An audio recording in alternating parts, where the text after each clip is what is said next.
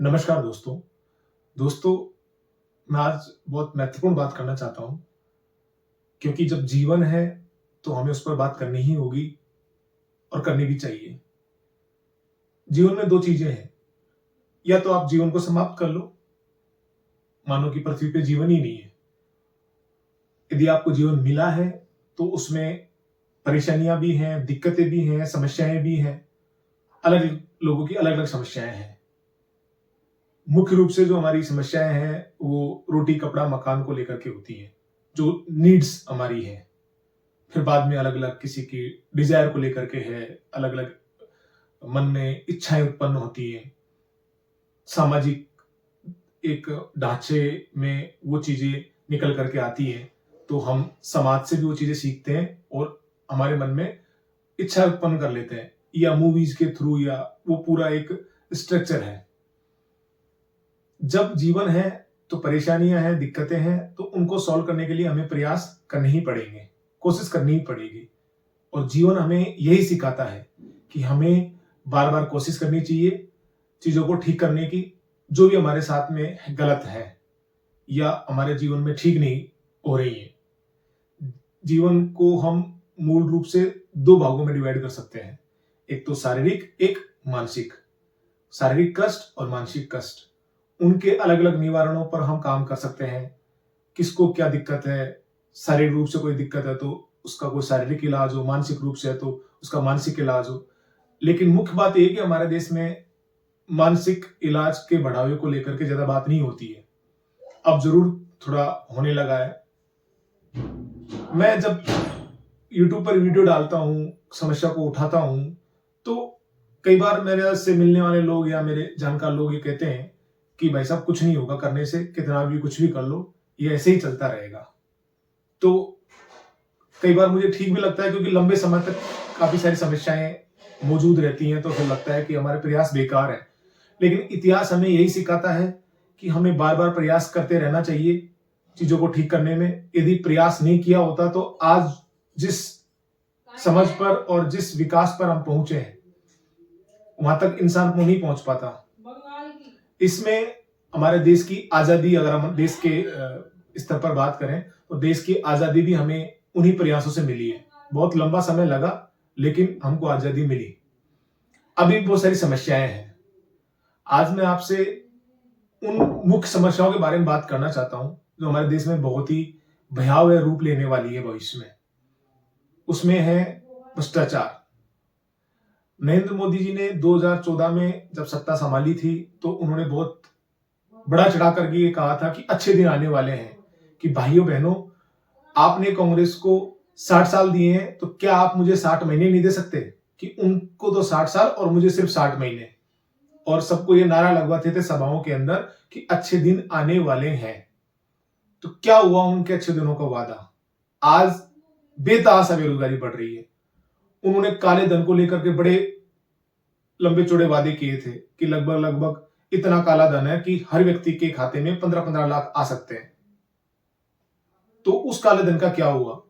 काले धन को लाने के लिए हमारे योग गुरु हैं, आप जानते हैं, बाबा रामदेव जी, उन्होंने भी इस बात को बहुत ही बढ़ा चढ़ा करके आंदोलन भी किया था, उठाया था कि देखो, मोदी जी के आने से ये होगा, पेट्रोल इतना सस्ता मिलेगा, क्योंकि कच्चे तेल के दाम इतने सस्ते हैं।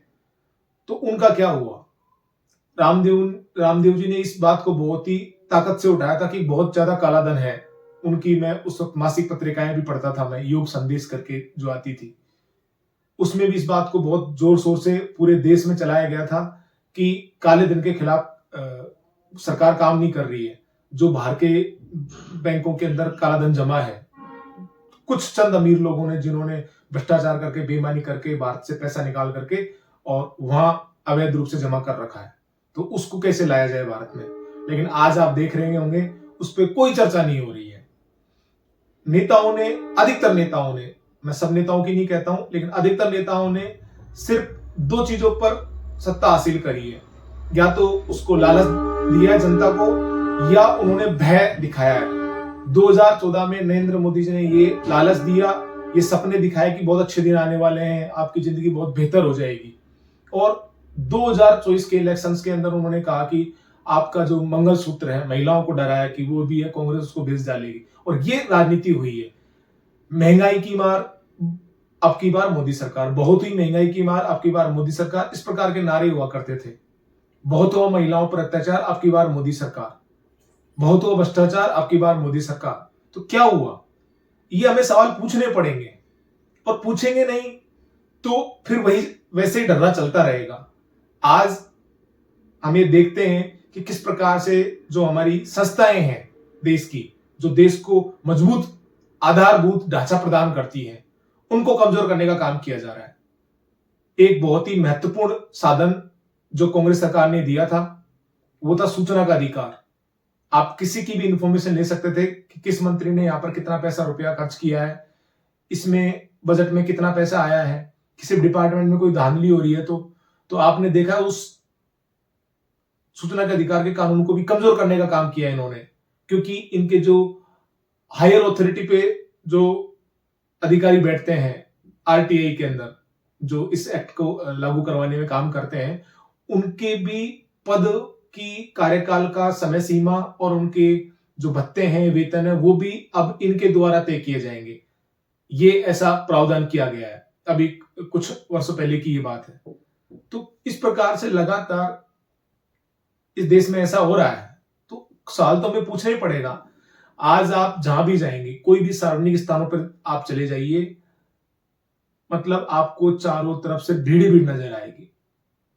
लोगों के पास में रोजगार नहीं है, लोग 50,000 रुपए 1 लाख के, सिर्फ 50,000 रुपए 1 लाख रुपए में सुपारी ले रहे हैं, लोगों को मार रहे हैं, किडनैप कर रहे हैं। ये खबरें लगातार आ रही हैं, और भ्रष्टाचार इतना ज्यादा हो रखा है, रोजाना भ्रष्टाचार की खबरें आ रही हैं कि आज ओआरएस पकड़ा गया, आज वो पटवारी पकड़ा गया, आज वो पकड़े गए।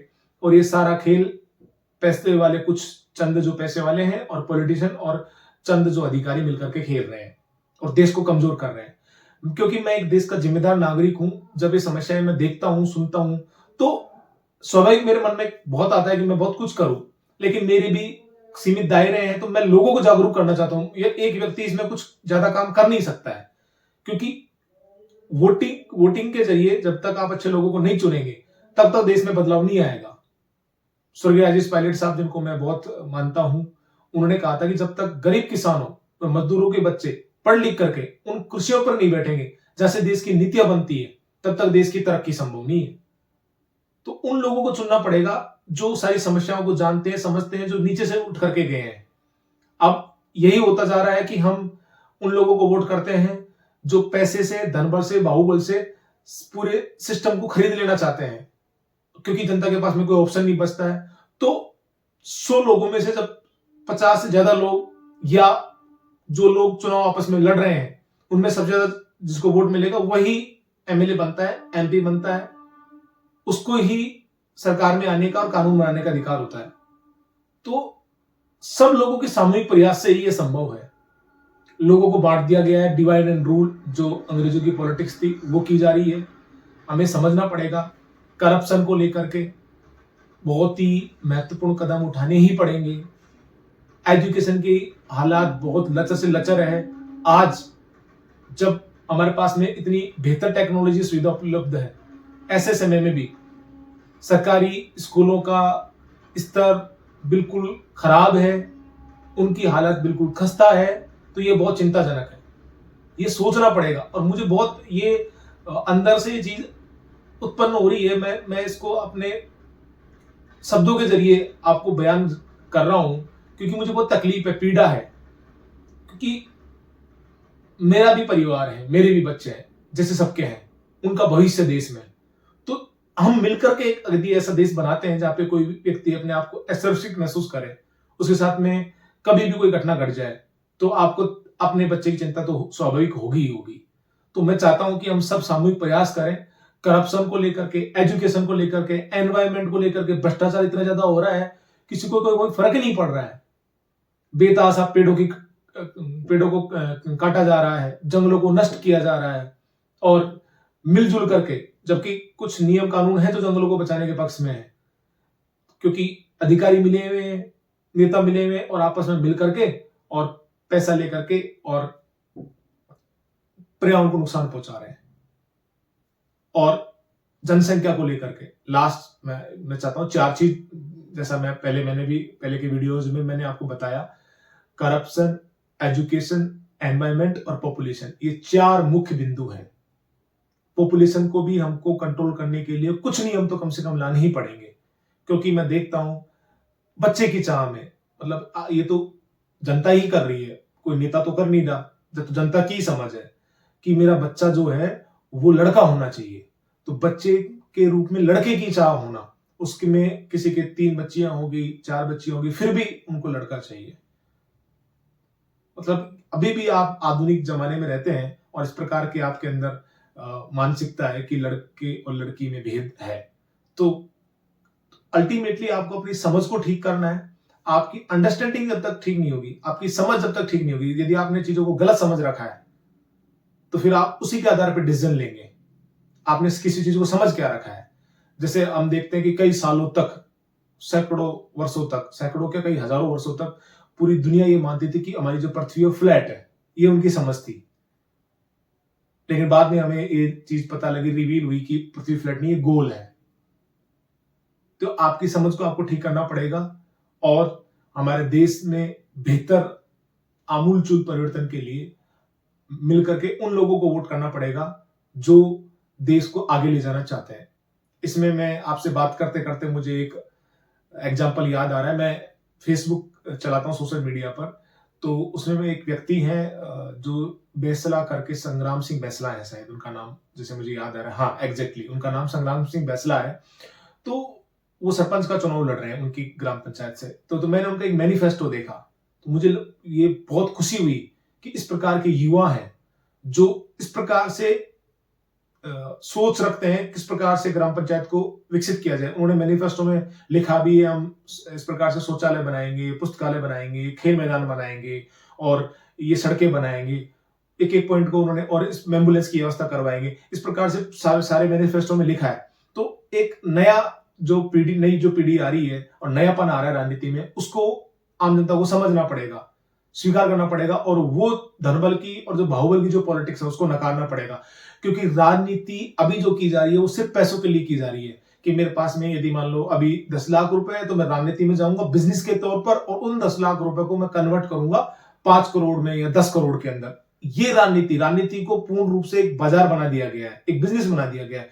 बल्कि राजनीति इसलिए होती है कि जो व्यक्ति अपने विकास की मुख्य धारा के अंदर पीछे रह गया है, गरीब रह गया है, सामाजिक रूप से उसको वो बराबर का हिस्सा नहीं है, समानता का उसको अधिकार नहीं है, तो उनको हम बराबर कैसे लेकर के आए, उनको वो सुदृढ़ता और मजबूती कैसे प्रदान करें, इसलिए राजनीति होती है।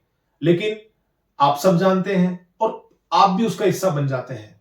तो ये बहुत ही सोचनीय विषय है। आपको सोच समझ करके उन लोगों को चुनना है जो देश के लिए अच्छा सोचते हैं। और यदि कोई नहीं है तो आप खुद आइए मैदान के अंदर, आप विकल्प बनिए।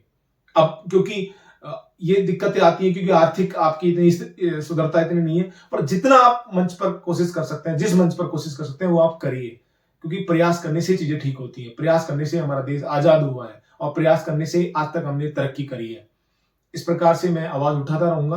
तो आज जो वीडियो था इसमें मैंने मुख्य रूप से जो काला धन है उसको लेकर के बात करी, जिसपे नरेंद्र मोदी जी बात नहीं करते हैं। अब ये बात बताते बताते मुझे एक और बात याद आ गई। मणिपुर के अंदर इतनी ज्यादा हिंसा हो रही है, वहां पर 2 जाति हैं, उनके बीच में 2 समुदाय हैं, लेकिन प्रधानमंत्री नरेंद्र मोदी जी वहां जाकर के उनकी हालचाल पूछने के बजाय, उनके दुख दर्द में शामिल होने के बजाय इधर उधर देश में अलग अलग देशों में घूम रहे हैं। कोई बात नहीं, आप जाइए, लेकिन वो भी लोग भी अपने ही हैं।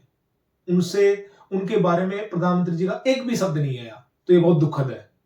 तो इस प्रकार से मैं अपनी पीड़ा बता रहा हूं और अपने शब्दों को मैं बयान कर रहा हूं और मैं आगे भी उठाता रहूंगा। और यही चीज हमें जीवन सिखाता है कि हमें प्रयास करते रहना चाहिए। धन्यवाद।